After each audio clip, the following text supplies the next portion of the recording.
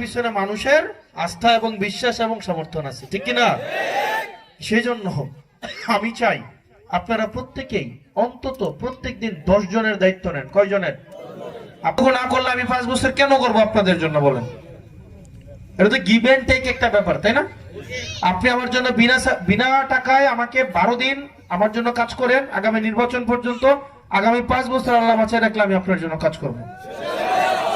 Daily কয়জন করে? আপনারা সকালে উঠে এখন ডায়াবেটিসের হাঁটে না মানুষ?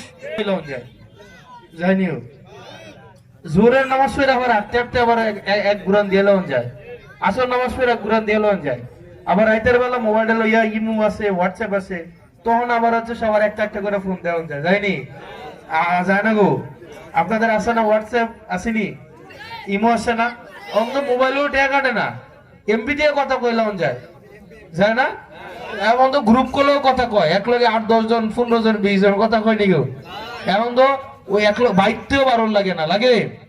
তাহলে সবার একটা কথাই বললেন, শাপলা কলি এবং হাসনাত পারবেন না কইতেন? আমি আপনাদেরকে ঈদগাতে দাঁড়ায় ভুলে যাচ্ছি, আপনারা যদি আমাকে বিনা পয়সা আমাকে নির্বাচিত করেন, আগামী 5 বছর আমি বিনা পয়সায় আপনাদেরকে সার্ভিস দেব। একটা পয়সাও দুর্নীতি করব না। দুর্নীতি কেন করে মানুষ?